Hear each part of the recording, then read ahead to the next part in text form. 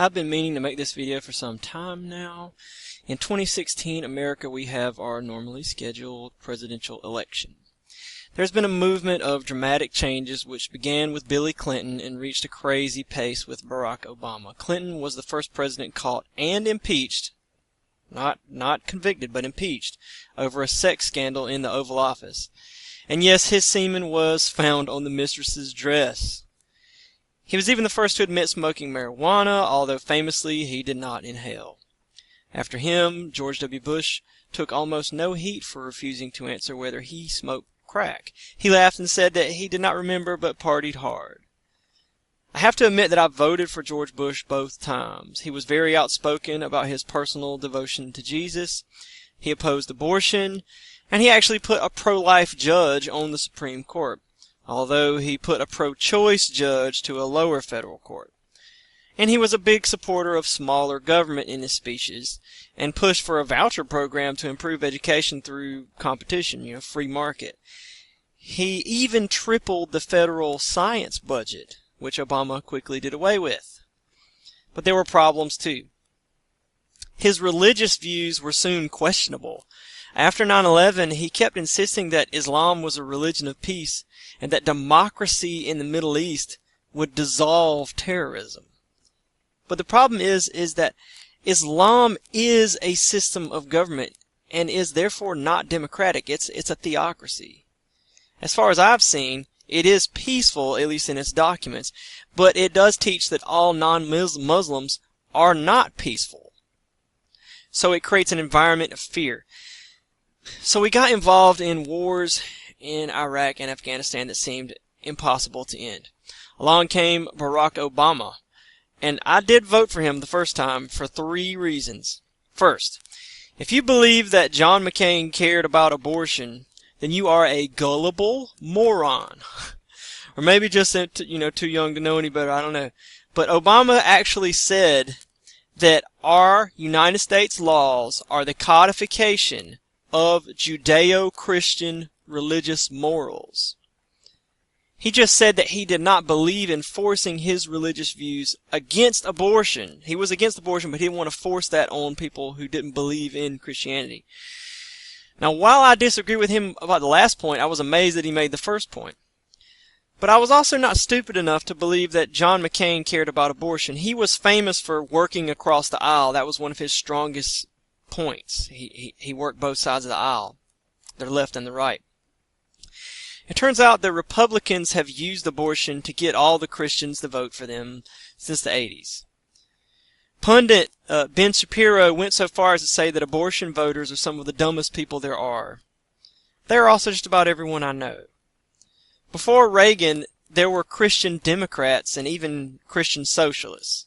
Now, I'm certainly not a socialist, and I've made videos about that. You can check them out in social commentary playlists on my channel.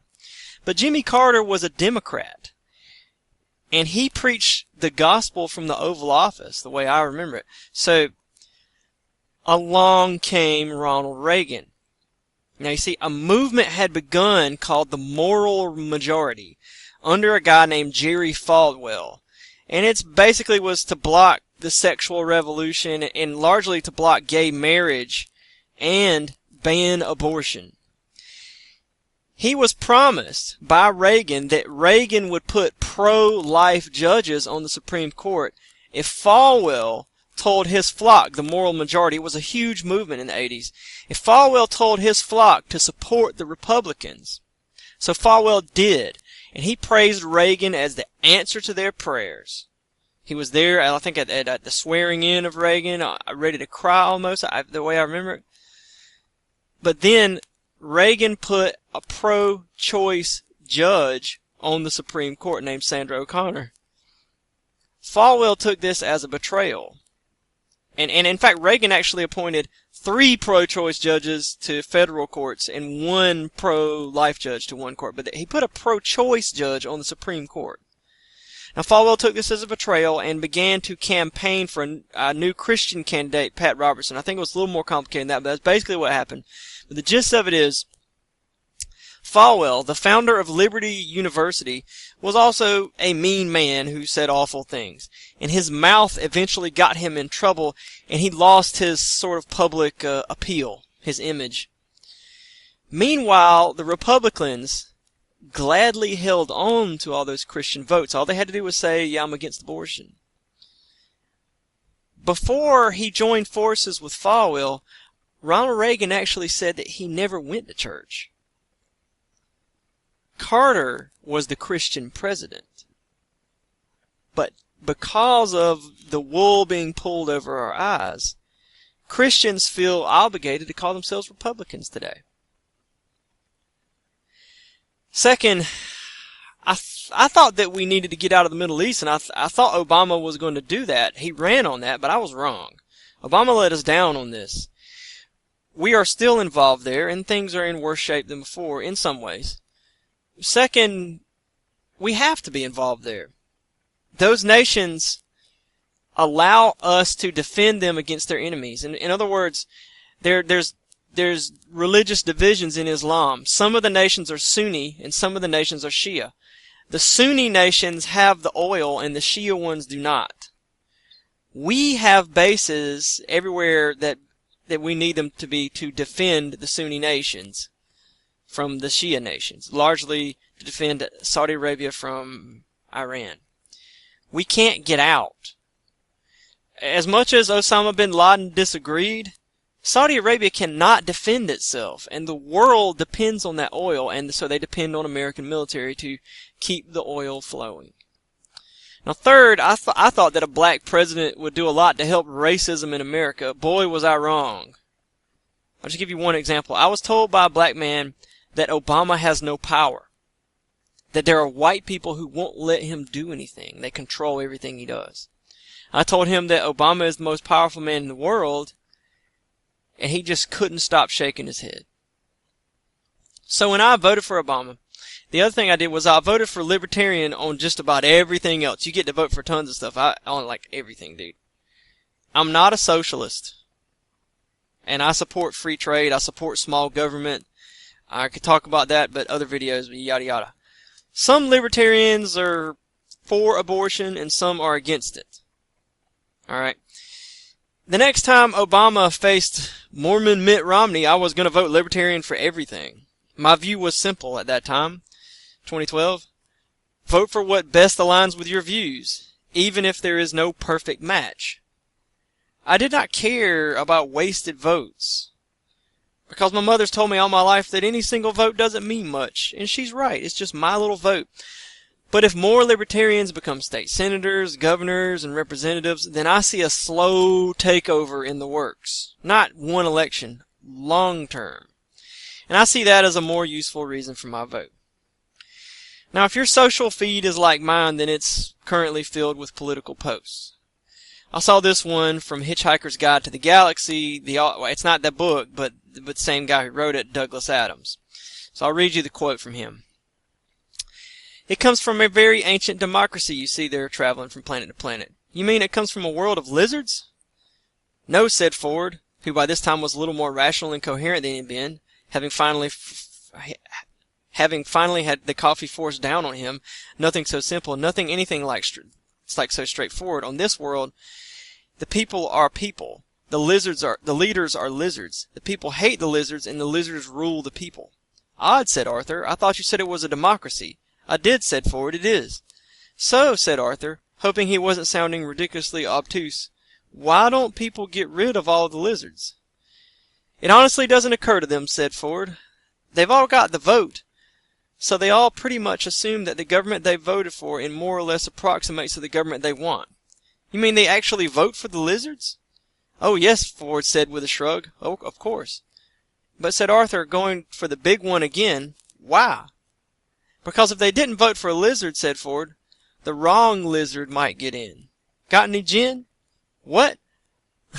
I said, said Ford, with an increasing air of urgency creeping into his voice, have you got any gin? I'll look. Tell me about the lizards. Ford shrugged again. Douglas Adams has a point. How do we change anything if we never take any risk? How do we change anything if we never take any risk? Now, allow me to add a further point. Why take risk if there is no God watching over us? To vote for Trump only to stop Hillary is what in philosophy is called utilitarianism. It is a form of using the ends to justify the means. For example, the Nazis killed anyone in retirement homes. They did not work. People in retirement homes, the elderly didn't work. And the nation had fallen into a depression. The more people who work, the better the economy is. And the Nazis turned one of the poorest nations in the world into a power that almost conquered the world. They killed anyone who was holding them back. Now, utilitarian choices face people every day, actually. They're not something in a special situation like voting. They face you all the time. A doctor could kill someone that has a liver problem before it affects other organs. He could harvest those organs and maybe save 5 people. Why not do it? Do not the needs of the many outweigh the needs of the few? Well, the reason you don't do it is because it's wrong to kill people. He's not dead. But it is the fear of the consequences from doing what is right. 5 other people will die as the consequence of not killing this person. So you do what's right, you don't kill them. But it's the fear of the consequences from doing what is right that leads people to do what is wrong. Let me say that again. It is the fear of the consequences that come from doing what is right that leads to people doing what is wrong. And here's the point. If there is no God, then the only power in the world is us. And that power, our power, is too limited to not be afraid. There are plenty of things to be scared of if it's just our power. This is why people get locked up in Guantanamo Bay under Bush and Obama. Fear. They had no trial or due process of law. They were never convicted of any crimes. They just might do something, so we locked them up. And Obama was a letdown. For a president who is said to be a Muslim, he hasn't stopped the policies that were put in place because of fear of Muslims. In truth, he's more of a Christian president than Reagan was. He does have very liberal views. On one occasion, he'll preach the gospel of Jesus' resurrection to his generals. I saw him do it on an Easter Sunday on C-SPAN. On another, he'll say that he just doesn't believe the parts of the Bible that condemn homosexuality. The fact is that, like Trump, he was inexperienced and barely a senator when he was elected, but he beat Hillary, a black man with a Muslim name that he changed it to intentionally. Beat Hillary 7 years after 9/11. Let that sink in. Nobody likes you, Hillary. Freedom is always dangerous, and fear is the enemy of freedom. And Hillary has made herself the enemy of freedom, namely free speech. She wants to stamp out any speech that's hateful. Hate speech is the original source for racist ideas, and this leads to segregation, slavery, and the Ku Klux Klan. It leads to bigotry and the oppression of the weak. It oppresses women. It oppresses gays and lesbians. It oppresses the poor and the immigrant. So she wants to stop free speech. She's even said that she wants to overturn Supreme Court rulings which uphold free speech. She opposes free speech. It is dangerous after all. But it's also a basic right to speak your mind. Fear is the enemy of the good. But it is only a dangerous enemy if there is no God to look out for us. Atheism leads to the destruction of freedom. And I would argue that political correctness is the beginning of this. It is the beginning of a nation trying to redesign itself under atheist views.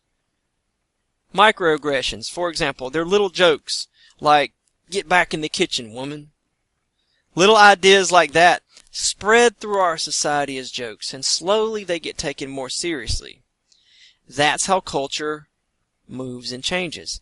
It does this as ideas are spread. So today they want to ban free speech that may be deemed hateful because it's dangerous. That's how problems get started. This isn't so different from what the Nazis did. They banned free speech too. Anything that was destructive to the unification of the nation would lead to another depression, and that means people would die. But if there is a God, then we don't have fear as a justification for any action. An all-powerful being who loves us immensely watches over the world. We may not understand his plan, but he does have a good one. As 1 John chapter 4 says, God is love. Chapter 3 says, this is how we know what love is. Jesus Christ laid down his life for us. The funny thing is, Hitchhiker's Guide is an atheist story. And the social justice warrior movement is actually the product of atheism. Fear is the basis for taking away sacred freedoms. The idea is simply this. It is only us, and we have to do whatever is necessary to survive. God is not looking out for us. Now you may say that, well, Trump must therefore be better than Hillary. But take a look at just one crazy thing he has said. This is an excerpt from an NBC News article. We go in, this is him speaking, we go in, we spent $3 trillion. We lose thousands and thousands of lives, and then look, what happens is we get nothing. You know, it used to be the victor belonged the spoils. It used to be the victor. That didn't make any sense, but that's what he said. Trump told NBC News' Matt Lauer, now there was no victor there, believe me, there was no victory, but I always said, take the oil. Early in the Republican primary, Trump often repeated the idea at debates and during television interviews, including a February debate in South Carolina when he said, I also said, by the way, 3 years ago, attack the oil. Take away the wealth away. Attack the oil and keep the oil. This idea of Donald Trump would begin World War III. The world depends on that oil. We would be sentencing those nations to poverty and starvation without their main resource. And we would be doing what Saddam Hussein did. This is why we attacked Saddam. Because he was he was making aggressive military moves to take the precious fluid that runs the world. Almost every nation in the world is dependent on that oil. Very much including China. So Trump will cost you your life, and Hillary will cost you your freedom. If that's the case, then I'm with Patrick Henry. Give me liberty or give me death. In the name of free speech, vote for Trump. But there is yet another problem. Trump's popularity is largely due to how his rhetoric has resonated with the racist and bigoted statements in our land. The hatred of immigrants, the belittling of women, the banning of all Muslims from U.S. soil. His wonderful wall to keep away our much-needed workforce. Here's the thing. This is the same fear that leads to the taking away of freedoms. Do you have the freedom to be an American who has a scary religion? This is an attack on freedom of religion. You're not free to be a Muslim. And no freedom is as close to the freedom of speech as the freedom of religion is. So it appears that both Trump and Hillary will cost you your freedoms, but Trump will also start World War III. So Hillary appears to be the better candidate, but I refuse to vote for her because I fear Trump. If President Trump is in my future, then let's go. God is with us, and we have faced dark days before, but don't let fear motivate you. Maybe Donald Trump is a sort of wake-up call to how Republican does not equal Christian. Maybe he's just taking things to a level of ridiculous that exceeds even Obama. But these are your rights, and you should know them. This is the Bill of Rights. Amendment 1. Congress shall make no law respecting an establishment of religion or prohibiting the free exercise thereof or abridging the freedom of speech or of the press or the right of the people peaceably to assemble and to petition the government for a redress of grievances. Amendment 2. A well-regulated militia being necessary to the security of a free state, the right of the people to keep and bear arms shall not be infringed. Amendment 3. No soldier shall, in time of peace, be quartered in any house without the consent of the owner, nor in time of war, but in a manner to be prescribed by law. Amendment 4.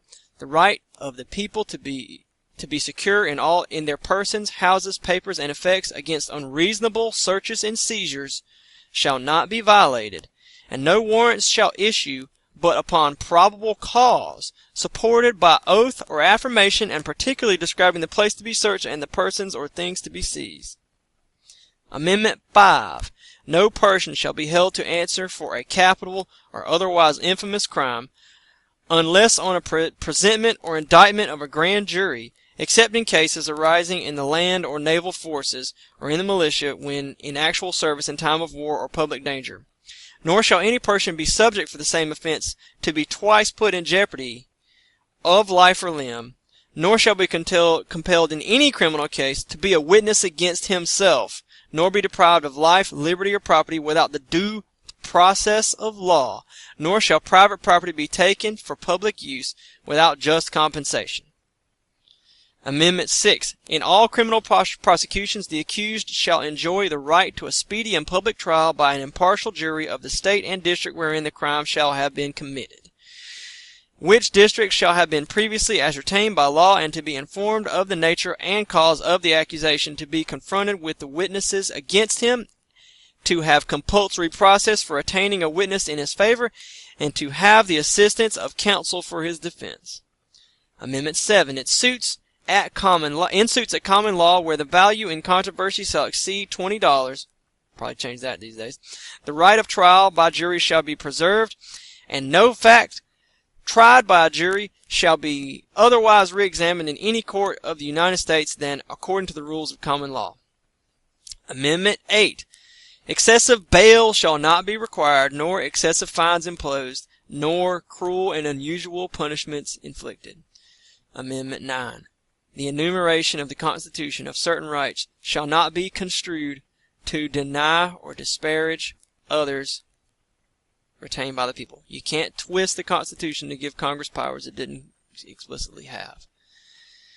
Amendment 10. The powers not delegated to the United States by the Constitution, nor prohibited to it by the states, are reserved to the states, respectively, or to the people.